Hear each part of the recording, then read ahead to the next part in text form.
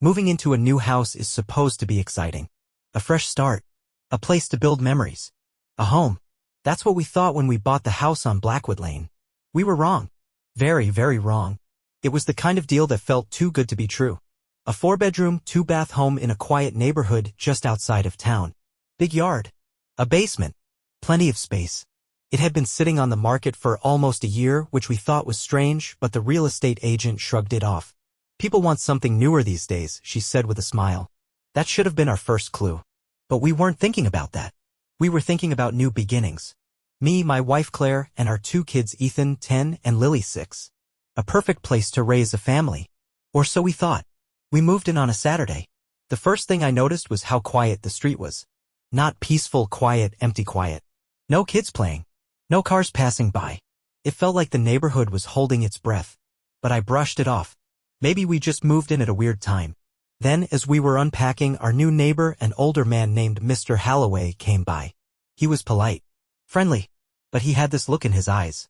Like he wanted to say something. Like he was holding something back. You got a good deal, he finally said, glancing at the house. Real good deal? I laughed. Yeah, I guess so. He nodded, but his expression didn't change. Just don't go digging where you shouldn't. I must have looked confused because he cleared his throat and changed the subject. But that warning stayed in my head. And soon I realized it. He wasn't talking about digging in the yard. That first night, Ethan heard something. Claire and I were exhausted from unpacking. We barely made it to bed before we passed out. Then, around 2 a.m., I woke up to a soft knock on our bedroom door. Dad? It was Ethan. I sat up. What's wrong, bud? His face was pale. His hands clenched into fists. There's something in my room. Claire stirred beside me. A bad dream. Ethan shook his head, eyes wide. No. I was awake. I heard talking. My stomach tightened. Talking? He nodded. Like whispering. But it wasn't coming from inside my room. I frowned. Then where? His voice dropped to a whisper. Inside the walls. I checked his room. There was nothing. No voices. No movement. Just the faint creaks of an old house settling. You probably just imagined it, I told him, ruffling his hair. New house, weird noises. It'll take some getting used to. He didn't look convinced. But he nodded and climbed back into bed. I didn't think much of it. Not until the next night. The second night, Claire sees something. Claire has always been a heavy sleeper. So when she shook me awake at 3 a.m., I knew something was wrong. Her voice was tight, urgent. There's someone in the house. My blood went cold. I grabbed the baseball bat I kept next to the bed and listened. Nothing. I swear, I saw someone, Claire whispered. Standing in the hallway. I moved to the bedroom door, heart pounding, and peeked out. Nothing. But the air felt wrong. Like the moment before a storm. I checked every room. The front door. The windows. All locked. No sign of forced entry. Are you sure? I asked her. She hesitated, then nodded. I think it was a man. But his face. She shuddered. It looked blurred. Like I couldn't focus on it. My skin crawled. But there was no one there. I told her she was probably dreaming. She didn't believe me. And honestly, neither did I. The third night, the thing in the basement. Ethan refused to sleep in his room. We let him crash in Lily's room, thinking it was just new house jitters. At midnight, the power went out. A loud thud shook the house. Like something slamming against the walls. Claire gasped. What the hell was that?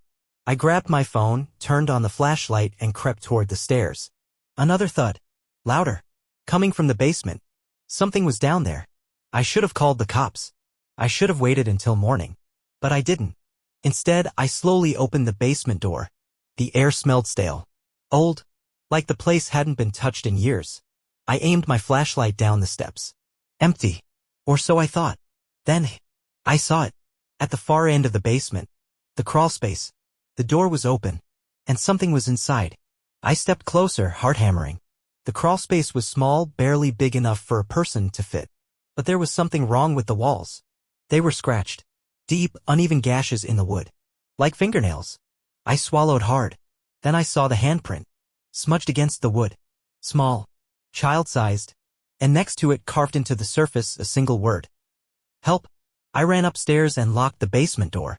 I didn't tell Claire. I didn't know how to explain it. But deep down, I knew one thing.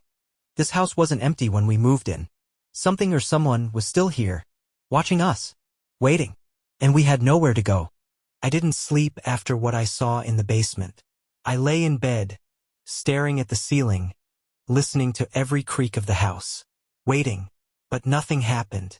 No whispers, no scratching, just an overwhelming feeling that we were not alone. By morning, I had convinced myself I needed to understand this house. What had happened here before we moved in? And why did it feel like the walls themselves were hiding something? I started at town hall. Claire thought I was being paranoid, but I couldn't let it go. I needed answers. The records office smelled of old paper and dust. The clerk, an older woman with thick glasses, barely glanced at me when I asked for information on our house. She shuffled through some files, then frowned. "That address?" she muttered. "Haven't had anyone ask about it in a long time." That made my stomach turn. She handed me a folder. I flipped through deed transfers, mortgage records, nothing unusual, until I reached the incident reports and saw the name Foster. The Foster family lived in our house 10 years ago. Husband, wife, 2 kids.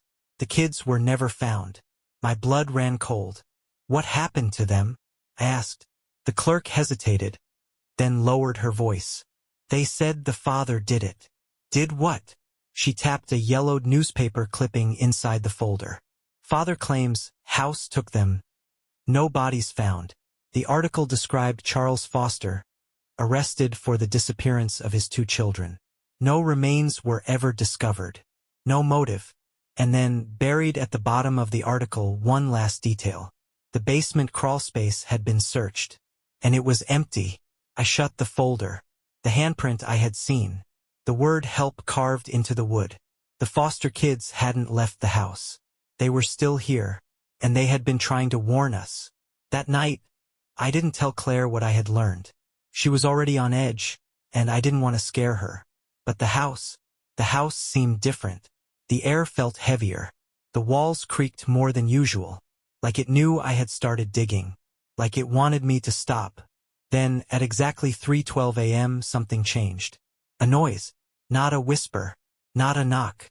A dragging sound. Coming from Lily's room. I ran down the hall, threw open her door. She was asleep. But the bookshelf on the far wall. It had moved. Not much. Just a few inches. Like someone had pushed it from the other side. I stepped closer, heart pounding. And then, I saw it. A thin, vertical crack in the wall. A hidden door. I pressed my hand against it. The wood was cold. Claire appeared in the doorway, rubbing her eyes. "What are you doing?" I didn't answer. I just pushed. The wall gave way, and the bookshelf swung open. Behind it, a narrow, pitch-black staircase leading down. A part of the house we never knew existed. Claire grabbed my arm. "Don't." But I had to. I flicked on my flashlight and started going down. The stairs led to a small, hidden room.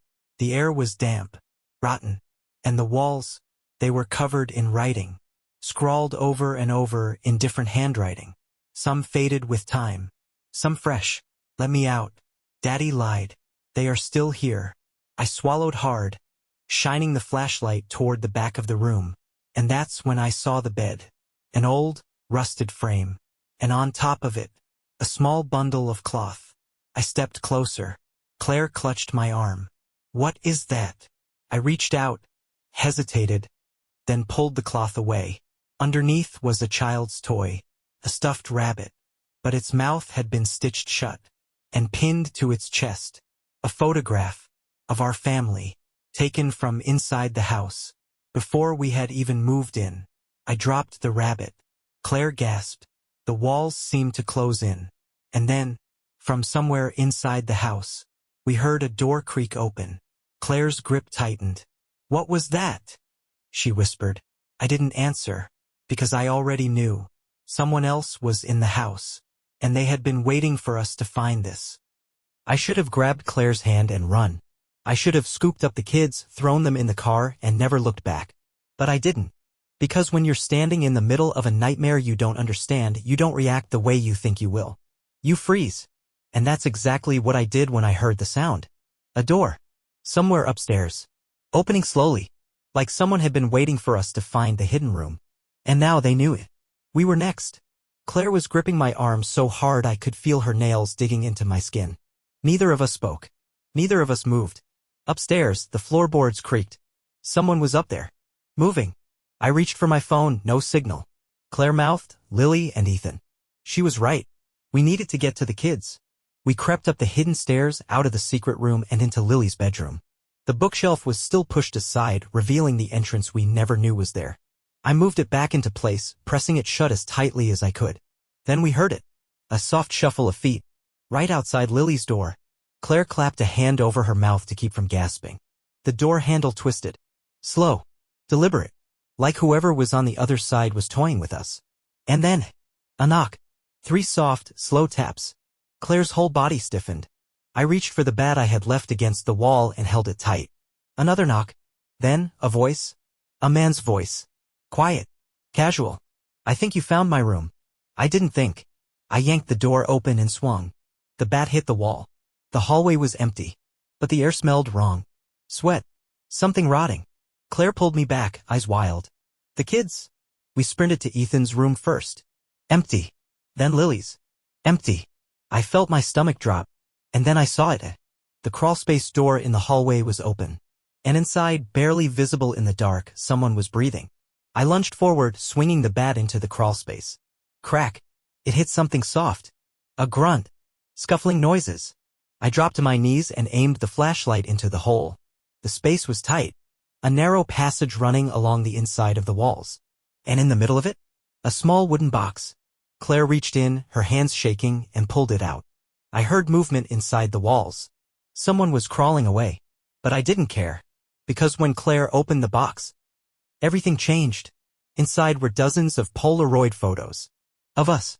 Sleeping. Eating dinner. Playing in the yard. Taken from inside the house. And at the very bottom of the pile, a photo of Ethan and Lily. Taken that night. In their beds.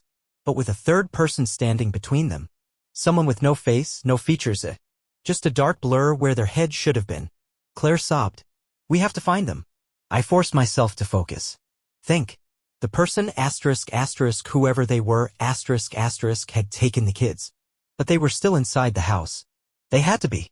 I shined the flashlight into the crawlspace again, heart hammering. The passage led down. Beneath the house. Somewhere we hadn't checked yet. Claire squeezed my arm. The basement. I've never moved so fast in my life. We flew down the stairs, nearly falling over each other. The basement door was still locked. But as I fumbled with the key, Claire gasped. I followed her gaze and saw it. Something was wedged behind the washing machine. A trapdoor. A second basement. A place we never knew existed. I dropped to my knees, yanked it open. And the smell that hit me was like death itself. Rot. Sweat. Something sour and wet. A ladder led down into the dark. Claire sobbed. They're down there. I swallowed. And then, we went down. Into the place where Walter Foster had kept his children. And into the place where, somehow, they had never truly left. I hesitated at the top of the ladder, staring down into the darkness below. The air smelled wrong. Like something had been rotting down there for a long, long time. Claire gripped my arm. What if he's waiting? She didn't have to say who. We both knew. Whoever had been living inside our home, watching us, taking pictures of our children. He was down there. And so were Ethan and Lily. I clenched my jaw. We had no choice. I took a deep breath, gripped the ladder, and went down. The second my feet hit the ground, I knew we'd made a mistake. The space beneath the house was too big. It stretched far beyond the basement walls. And the dirt floor was covered in footprints. Some fresh. Some so old they barely looked human. Claire came down behind me, one hand over her mouth. The beam of my flashlight cut through the dark, revealing a single wooden chair in the center of the room. Ropes dangled from the arms and legs. Next to it a child's shoe. Lily's. A soft shuffling noise came from the far end of the room. Claire froze. I turned the flashlight toward the sound, my pulse hammering. There was another opening. A narrow passage carved deeper into the ground. Something moved inside it. I took a step forward. And then I saw them. 2 small figures huddled against the wall. Ethan and Lily. Terrified. Tied together with rough, frayed rope. Lily's cheeks were streaked with tears. Ethan's mouth was taped shut. I nearly collapsed in relief. Oh my God. Claire rushed forward, sobbing as she untied them. I pulled Lily into my arms. She was shaking so badly I thought she'd fall apart. Ethan ripped the tape from his mouth and gasped, Dad, he's still here. My breath caught. And then I heard it. A sound from inside the tunnel. A low, wet breathing. Something shifting in the dark. Then, the unmistakable sound of bare feet on dirt. Coming toward us. I grabbed the flashlight and aimed it into the passage. At first, I saw nothing. Then, a shape. Crouched low. Thin, too thin. A man, but barely. His skin was stretched tight over his bones, his clothes hanging in rags. And his eyes. Wide. Bloodshot. Like he hadn't seen the sun in years. He tilted his head.